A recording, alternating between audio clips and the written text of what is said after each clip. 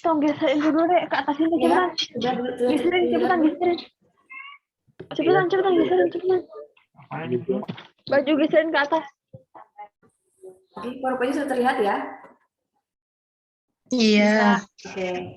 Oke, nah untuk mata kuliah psikologi pendidikan itu ada 4 SKS ya teman-teman semua. Kalau untuk perkuliahan secara normal per pertemuan itu adalah 200 menit karena 50 dikali dengan 200 menit. Nah, tapi kalau untuk live season seperti ini kita sesuaikan kebutuhan saja. Jadi tidak akan sampai dengan 200 menit ya. Bahkan paling biasanya kalau yang endingnya ini tidak unlimited gitu ya, hanya 40 menit per sesinya gitu. Paling nanti misalkan ternyata 40 menit belum cukup, nanti Ibu membuat lagi linknya. Tapi biasanya kalau dari ending sendiri unlimited. Nah, tapi tadi karena endingnya sedang down, jadi Ibu tidak bisa menggunakan link yang ada di ending. Teman-teman semua sudah bisa ya menggunakan ending ya?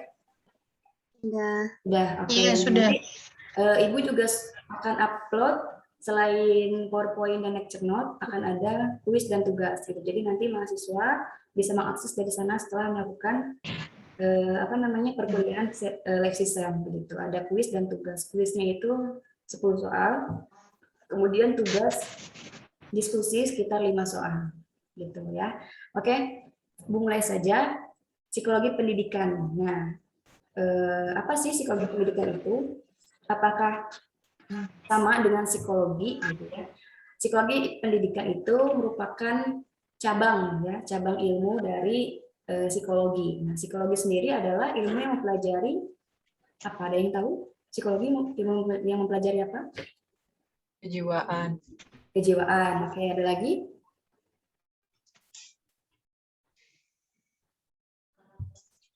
Ada lagi? Selain kejiwaan? Pernah dengar kata psikologi? Pasti pernah ya. Pernah. Berhubungan dengan apa kira-kira? Mental healthy. Oke, mental health ya, itu menjadi nama yang betul-betul sedang tren ya sejak pandemi Ya. mental health gitu ya. Apalagi? Oke, psikologi adalah ilmu yang mempelajari tentang proses mental, Kejiwaan. proses perilaku seseorang ya. Nah, kemudian cabang psikologi itu banyak sekali ya. Ada psikologi industri, kemudian ada psikologi klinis, ada psikologi HR gitu ya. Nah, sekarang yang kita pelajari adalah psikologi pendidikan, khusus untuk mereka-mereka yang memang terjun di dunia pendidikan. Tentunya kalian sebagai calon guru SD yang akan berhadapan langsung dengan anak-anak sekolah dasar gitu ya. Kalian wajib untuk mempelajari psikologi pendidikan. Nah, apakah setelah mempelajari psikologi pendidikan kalian menjadi psikolog gitu ya? Beda ya, kalau ini kita psikolognya khusus di sekolah gitu ya, bukan psikolog ahli gitu ya, karena kita belajarnya 1 semester atau mungkin 2 semester, nanti ada perkembangan peserta didik misalnya.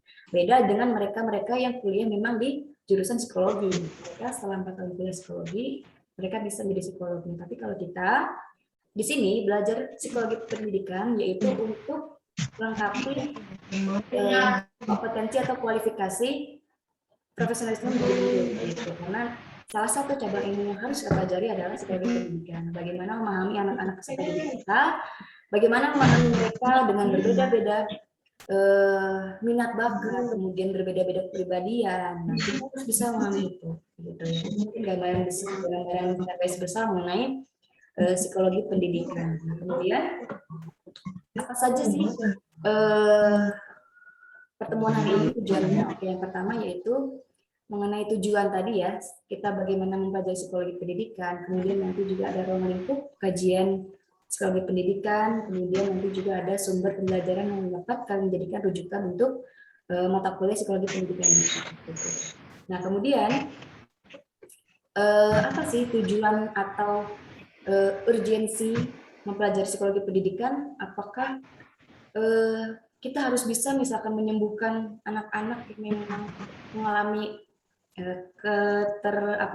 hambatan, misalkan hambatan perkembangan sosial misalkan, apa kita harus bisa mendiagnosis itu, atau kemudian setelahnya kita harus bisa memberikan treatment yang sesuai dengan apa yang mereka alami, hambatan apa yang mereka alami, begitu. Mungkin garis besarnya seperti itu gambarannya gitu ya. Ketika misalkan di kelas kita menemukan masalah perkembangan misalkan pada anak, misalkan usia sekolah dasar, kelas 3 SD, belum bisa membaca nih misalnya. Nah, kita harus cari apa penyebabnya. Kan psikologi itu tujuannya adalah kita tidak hanya mempelajari dari sisi akademiknya saja. Jadi kita tidak hanya melihat anak itu otaknya saja yang berjalan, tapi bagaimana kepribadian mereka bisa kita arahkan untuk menjadi anak yang berkarakter. Jadi kita tidak hanya melihat potensi akademik, tapi juga bisa melihat potensi non akademik. Gitu. Apalagi di sekolah dasar, di sekolah dasar itu orientasi pengembangan pengetahuan itu lebih kecil dibandingkan dengan kepribadian. Jadi anak usia sekolah dasar lebih utama ditanamkan adalah kepribadian dan bagaimana mereka bekerja, misalnya bagaimana mereka berkarakter, tapi kita bisa belajar dengan maaf yang belum di mute supaya suara ibu tidak berebut dengan suara yang belum di mute.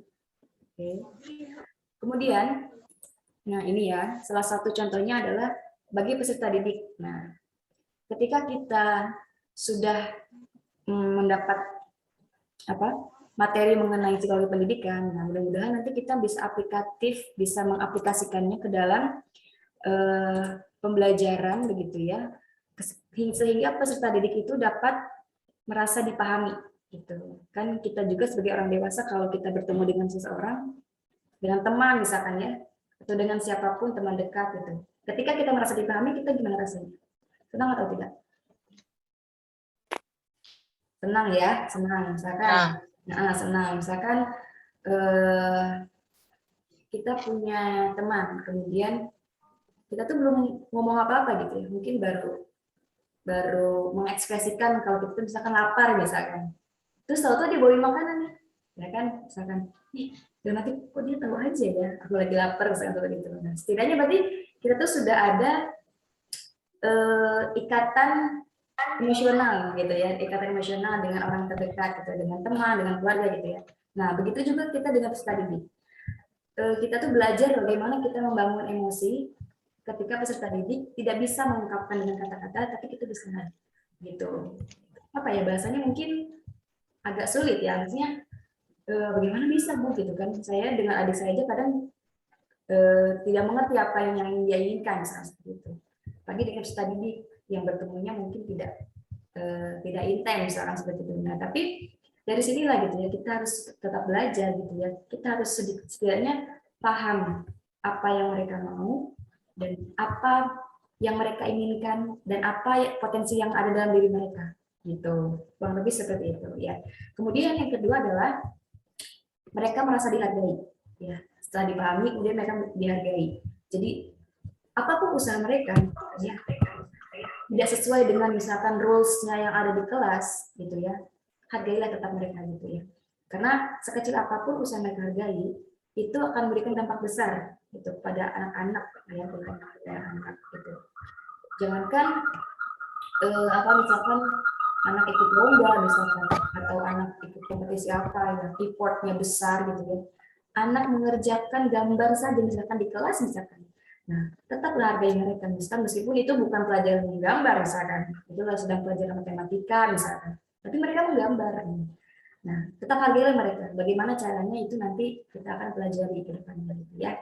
Kemudian yang ketiga adalah prestasi belajar optimal. Nah, bagi peserta didik perlu kalian ketahui, optimal itu beda dengan maksimal ya. Optimal itu adalah ketika kita menemui misalkan ada peserta didik usia sekolah dasar, misalkan kelas 4 SD, mengerjakan soal dengan optimal, optimalnya itu misalkan dengan usaha sekeras apapun, usaha dia sendiri, dia tetap mendapatkan nilai optimal itu misalkan 8, gitu. Itu misalkan. Nah, kemudian ada lagi peserta didik, satunya misalkan, dia mengerjakan sekeras apapun, nilainya mendapatkan 7, misalkan seperti itu. Gitu ya. Jadi optimal itu tidak sama dengan maksimal gitu ya. Optimal anak itu berbeda-beda Gitu. Optimal individu itu berbeda-beda. Setiap kepala, setiap pribadi akan berbeda tingkat keoptimalannya. Gitu. Kan? Kalian juga gitu misalkan.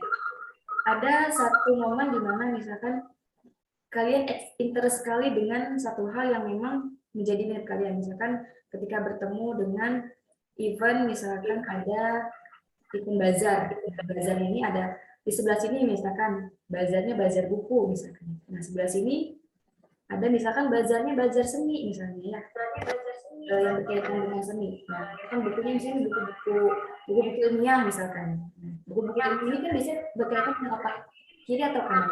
Kalau misalkan dengan buku ilmiah dengan menghitung otak kiri misalkan ya. Nah kemudian sebelah ini bazarnya sebelah kanan nih bazar seni ini. Nah kalau kalian bisa mengambil diri sendiri, akan tahu nih minatnya kemana.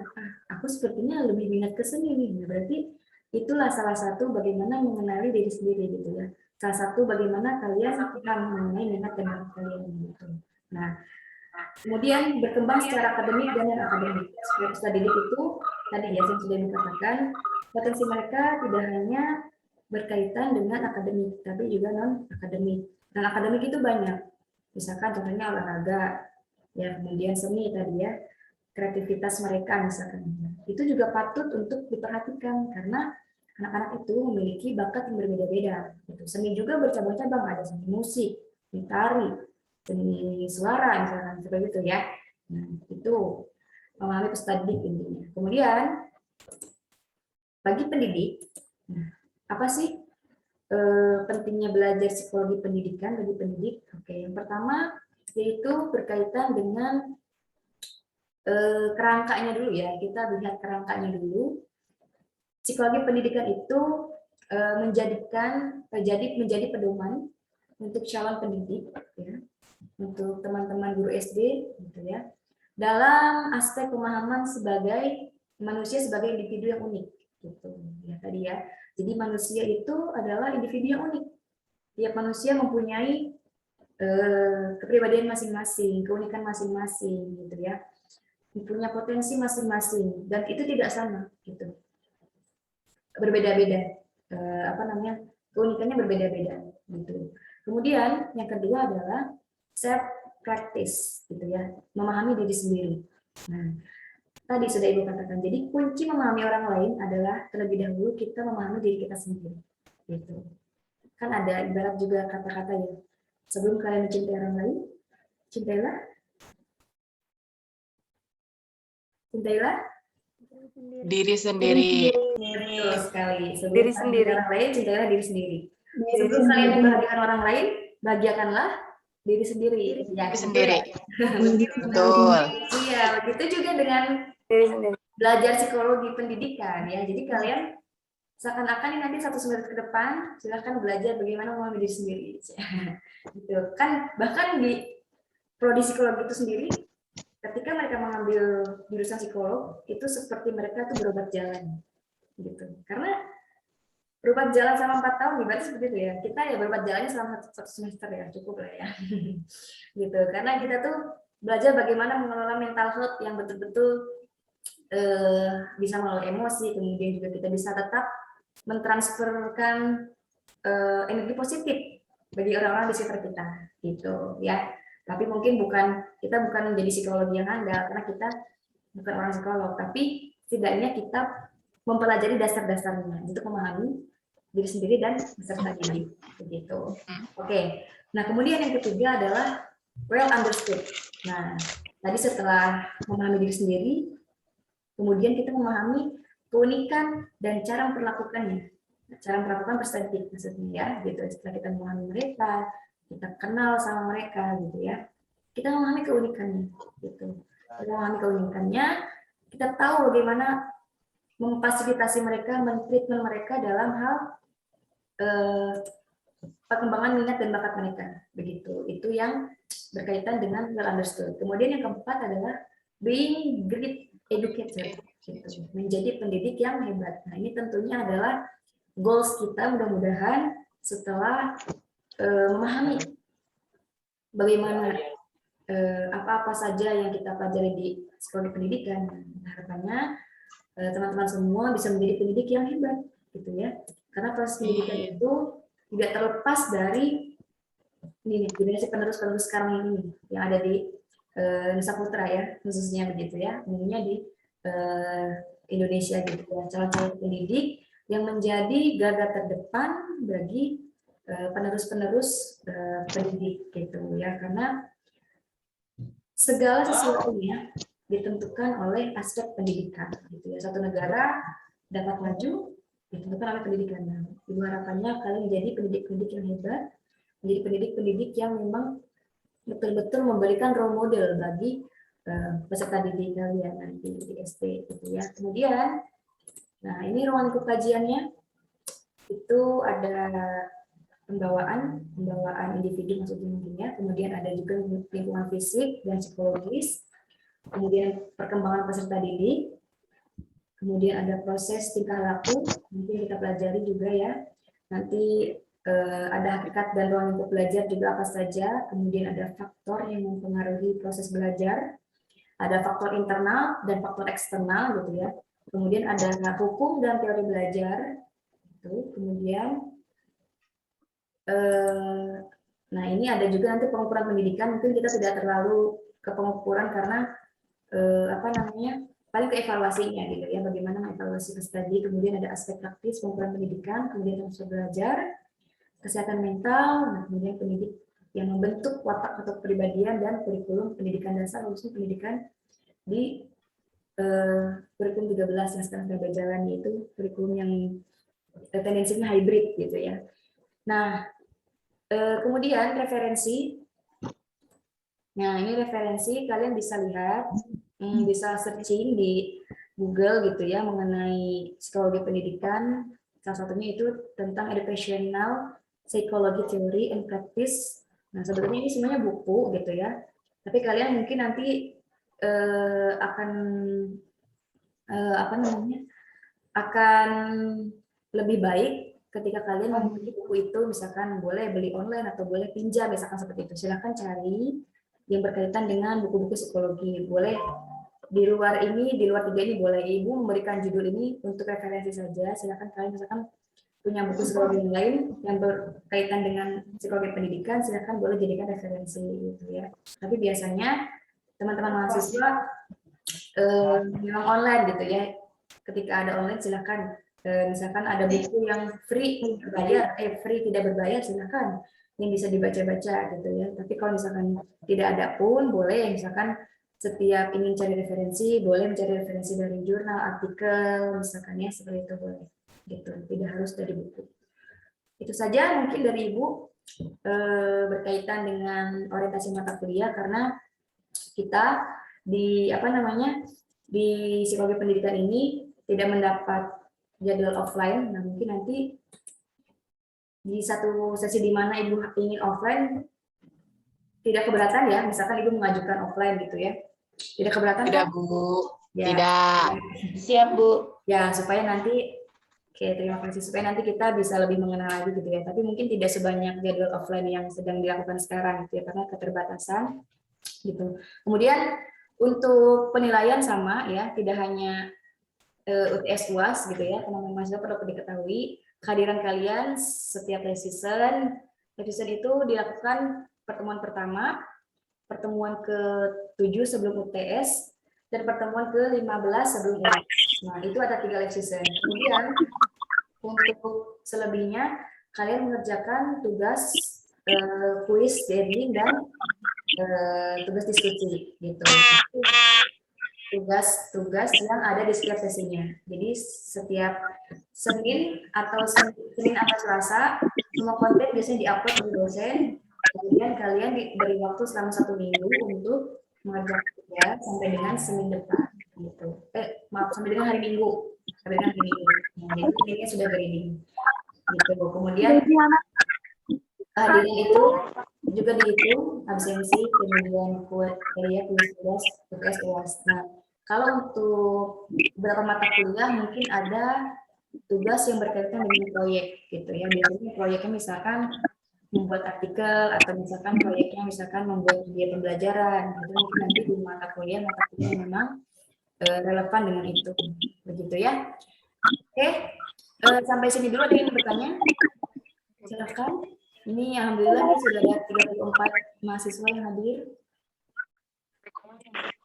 Ibu mungkin tidak absen satu-satu ya, nanti kita setelah ini ada sesi foto supaya ibu bisa tahu nih siapa yang hadir. Gitu ya. Silakan, ada yang bertanya? Mungkin ada yang bertanya berkaitan dengan perkuliahan atau berkaitan dengan hal lainnya, silakan.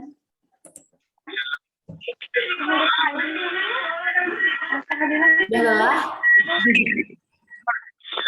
Oke, kalau begitu Ibu ingin SBK dulu sebentar sebelum Ibu tutup.